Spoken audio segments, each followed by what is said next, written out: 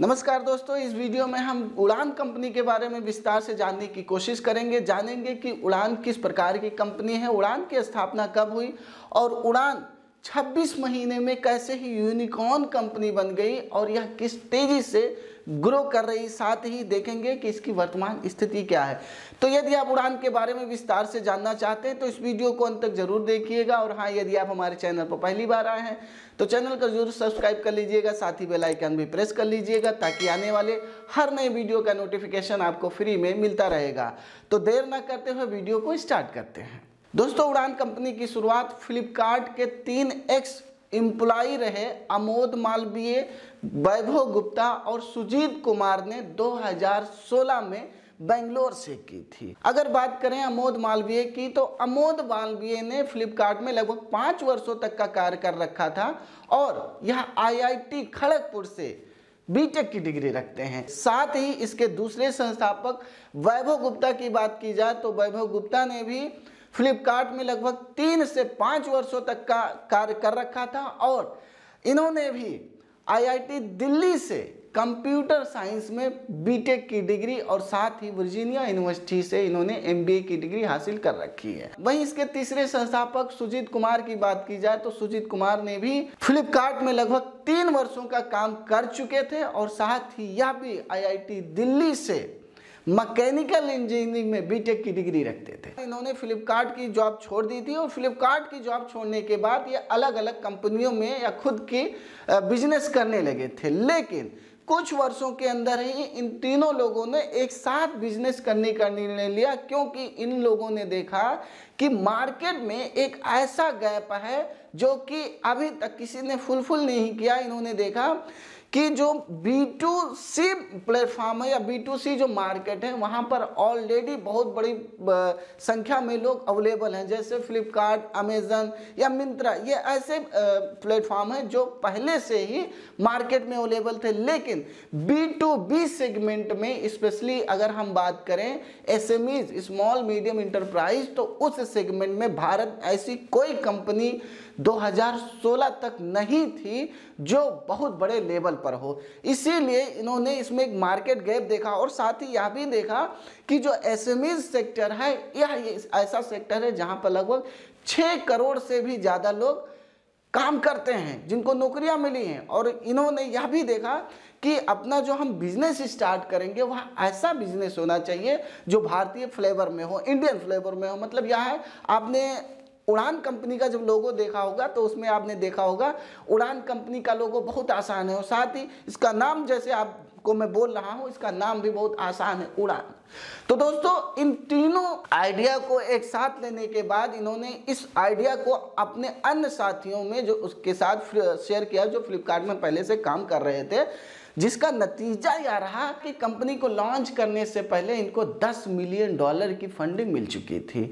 और इन फंडिंग की सहायता से इन्होंने 2016 में बेंगलोर से उड़ान कंपनी की लॉन्चिंग कर दी। और देखते ही देखते जब इस कंपनी को लॉन्च किया गया था तो उस समय यह लॉजिस्टिक कंपनी के तर्ज पर इसकी लॉन्चिंग की गई थी। लेकिन आने वाले कुछ वर्षों के अंदर, लगभग 2 वर्षों के अंदर ही इस कंपनी ने खुद को एक्सपेंड किया और इसने ग्रोसरी, मेडिसिन्स और अलग अलग सेक्टर, एग्रीकल्चर, जितने संभव हो सके उन्हें लगभग सभी सेक्टर्स में खुद को एक्सपेंड किया। और एक्सपेंड करते हुए इन्होंने अपने बिजनेस मॉडल को विस्तारित किया। अच्छा, इनका बिजनेस मॉडल क्या है पहले वो समझ लेते हैं। अगर इनके बिजनेस मॉडल की हम बात करें तो इनका बिजनेस मॉडल है B2B ई कॉमर्स प्लेटफॉर्म के तौर पर यह कार्य करता है। B2B मतलब बिजनेस टू बिजनेस। ये क्या करता है, जो मैन्युफैक्चरर हैं, होलसेलर्स हैं, उनके प्रोडक्ट को सीधे रिटेलर्स को बेच देता है।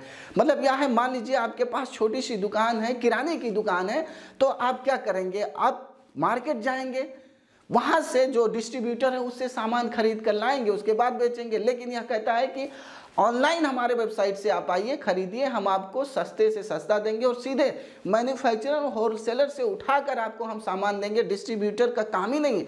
डिस्ट्रीब्यूटर जो कमीशन लेता, डिस्ट्रीब्यूटर का जो चार्जेस बनता था वो खत्म हो चुका है। यही कारण है कि इस कंपनी के साथ लोग बहुत तेजी से जुड़े। आपको जानकर आश्चर्य होगा, एक शोध में इस बात का जिक्र किया गया है कि जो B2C सेगमेंट है, जैसे फ्लिपकार्ट, अमेजन, मिंत्रा, वहां पर जो खरीदार है वह महीने में अमूमन एक ही बार शॉपिंग करता है, लेकिन उड़ान में जो बायर्स हैं, उड़ान के जो उड़ान का इस्तेमाल करते हैं, वह महीने में कम से कम 5 बार शॉपिंग करते हैं। तो आप इसकी सफलता का अंदाजा इसी बात से लगा सकते हैं कि यह कितनी तेजी से ग्रो कर रही है। और साथ ही आपको जानकर आश्चर्य होगा, इस समय लगभग अपने जो प्लेटफॉर्म है उस पर 5 लाख से भी अधिक प्रोडक्ट रखती है और यह लगभग 30,000 प्लस फुटकर रिटेलर्स के साथ और 25,000 से भी अधिक सेलर्स के साथ भारत के लगभग 900 शहरों में काम कर रही है। उड़ान भारत की एक ऐसी इकलौती कंपनी है जिसने मात्र 26 महीने में ही खुद को यूनिकॉर्न कंपनी बना डाली थी। जी हाँ दोस्तों, यूनिकॉर्न कंपनी वह कंपनी होती है जिसकी मार्केट वैल्यू लगभग $1 बिलियन की हो जाती है। $1 बिलियन का मतलब 74,000 करोड़ से भी अधिक हो जाती है। तो आप इसके सक्सेस का अंदाजा इसी बात से लगा सकते हैं। लेकिन ऐसा नहीं है कि इसके कंपटीटर नहीं है मार्केट में, इसके भी बड़े बड़े कंपटीटर हैं। अगर इसके कंपटीटर की बात की जाए तो इस समय इसके जो सबसे बड़े कंपटीटरों में नंबर 1 पर है वह है ज़ूमटेल। ज़ूमटेल भारत की एक ऐसी कंपनी है जिसने 2018 में बेंगलोर से ही इस कंपनी की शुरुआत हुई थी। यह कंपनी भी B2B प्लेटफॉर्म पर काम करती है, लेकिन खास बात यह है कि यह फैशन सेगमेंट में सबसे ज़्यादा मशहूर है। दोस्तों, इसकी दूसरी जो सबसे बड़ी कंपटीटर है वह बिग ट्रेड। बिग ट्रेड की शुरुआत भी बेंगलोर से ही हुई थी 2017 में, लेकिन यह इतनी बड़ी कंपनी नहीं है कि यह उड़ान को टक्कर दे सके। यही कारण है कि यह अभी भी पीछे ही है, काफ़ी पीछे है उड़ान से। वहीं इसका तीसरा कंपटीटर है वह है ट्रेडकोस। दोस्तों, ट्रेडकोस पुणे बेस्ड कंपनी, इसकी शुरुआत 2018 में हुई थी, लेकिन यह अभी भी इतनी तेजी से ग्रो नहीं किया जितनी तेजी से उड़ान ग्रो कर रही है। दोस्तों, अब हम बात कर लेते हैं कि उड़ान कंपनी का रेवेन्यू सोर्सेस क्या है। तो उड़ान कंपनी के जो रेवेन्यू सोर्सेस है उनमें से सबसे बड़ा जो रेवेन्यू का सोर्स है वह है लॉजिस्टिक्स। लॉजिस्टिक्स का मतलब यह है कि अगर आप इसके रिटेलर्स हैं, इसके ऑनलाइन प्लेटफॉर्म से शॉपिंग करते हैं, तो ये कहता है कि अगर आप हमारे प्लेटफॉर्म पर जाकर शॉपिंग करते हैं तो आपको अलग से लॉजिस्टिक्स की सेवा लेने की ज़रूरत नहीं। हम आपको अपने लॉजिस्टिक्स जो हमारी हैं उसी की सहायता से हम आपके सामान को आपकी दुकान तक पहुंचा देंगे। आपको टेंशन लेने की ज़रूरत नहीं। जो चार्जेज है वह बहुत मिनिमम चार्जेज हैं। तो जो लॉजिस्टिक कॉस्ट बैठता था जब कोई भी रिटेलर्स अपने दुकान को बंद करता था या किसी को रख के मार्केट जाता था, डिस्ट्रीब्यूटर से सामान खरीदता था, उसके बाद वो लाने ले जाने के लिए लॉजिस्टिक्स की सेवाएं लेता था, तो ये कहता है ये सब बेकार की चीज़ें हैं। मैं आपको ऑलरेडी लॉजिस्टिक की सेवाएं दूंगा अगर आप हमारे वेबसाइट पर आकर, हमारे ऐप से आकर शॉपिंग करते हैं।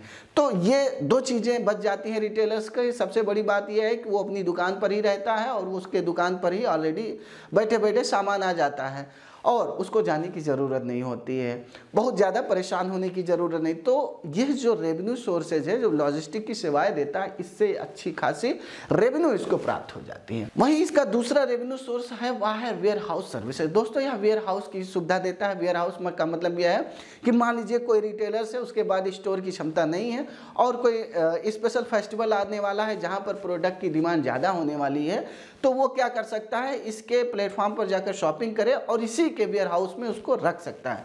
तो जब वह रखता है तो उसको कुछ मिनिमम चार्जेस लिए जाते हैं, वेयर हाउस सर्विसेज चार्ज। तो यही है इसके रेवेन्यू का दूसरा सोर्स, जहां से अच्छा खासा पैसा कमा लेता है, वह है वेयर हाउस सर्विसेज।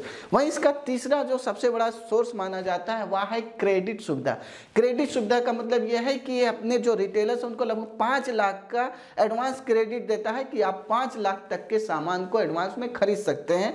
जब आपके पास पैसा होगा तो आप उसको भुगतान करते जाइए, तो उस पर यह कुछ इंटरेस्ट चार्ज लेता है। तो ये इंटरेस्ट चार्ज भी इसके रेवेन्यू का तीसरा सबसे बड़ा सोर्स माना जाता है। अगर इसके चौथे रेवेन्यू मॉडल की बात करें तो इसका जो चौथा रेवेन्यू मॉडल है वह है प्रोडक्ट सेलिंग। जी हाँ, प्रोडक्ट सेलिंग से भी अच्छी खासी मात्रा में यह पैसे कमा लेता है। मतलब यह जो मैन्युफैक्चरर हैं या जो होलसेलर हैं वो अच्छी खासी मात्रा में इसको कमीशन देते हैं। जब प्रोडक्ट कोई रिटेलर खरीदता है तो उसमें जो चार्जेस होते हैं वो भी अच्छी खासी मात्रा में इसको मिल जाते हैं। वहीं अगर इसके पांचवें रेवेन्यू मॉडल की बात करें तो इसका पांचवा रेवेन्यू मॉडल है एडवर्टीजमेंट। एडवर्टीजमेंट से अच्छी खासी मात्रा में ये पैसे कमाता है। इसके जो प्लेटफॉर्म है उस पर जब कोई बड़ी कंपनियां लिस्ट करती हैं तो वो प्रीमियम लिस्टिंग का अलग से चार्ज लेता है। तो इसका जो पांचवा रेवेन्यू मॉडल है वह है एडवर्टीजमेंट। वहीं छठा और अंतिम इसका रेवेन्यू मॉडल है वह है value added services. Value added services की मतलब मैं बात करूं तो वैल्यू एडेड सर्विसेज मतलब यह है जो ये इसके रिटेलर्स हैं उनके लिए अलग अलग तरह से सर्विसेज देता है। जैसे उनके लिए वेबसाइट बनाने की भी बात करता है, उनके लिए पोस्टर बनाने की बात करता है, होर्डिंग्स बनाने की बात करता है, उनके दुकान को इंटीरियर करने की बात करता है। तो लगभग ये सारी सुविधाएं देता है जो एक रिटेलर्स को चाहिए होती है। तो ये 6 बेसिक तरीके से पैसे कमाता है। अगर हम इसके सक्सेस की बात करें तो 2021 के नवंबर तक आते आते इस कंपनी की जो टोटल वैल्यूएशन थी वह लगभग $3.1 बिलियन की हो चुकी है। और साथ ही इस कंपनी में लगभग 10,000 से भी अधिक लोग काम करते हैं। तो दोस्तों, उड़ान कंपनी का यह केस स्टडी आपको कैसा लगा कमेंट करके जरूर बताइए। और हाँ, यदि आप हमारे चैनल पर पहली बार आए हैं तो चैनल को जरूर सब्सक्राइब कर लीजिएगा, साथ ही बेल आइकन भी प्रेस कर लीजिएगा ताकि आने वाले हर नए वीडियो का नोटिफिकेशन आपको फ्री में मिलता रहेगा। दोस्तों, वीडियो देखने के लिए आपका बहुत बहुत धन्यवाद।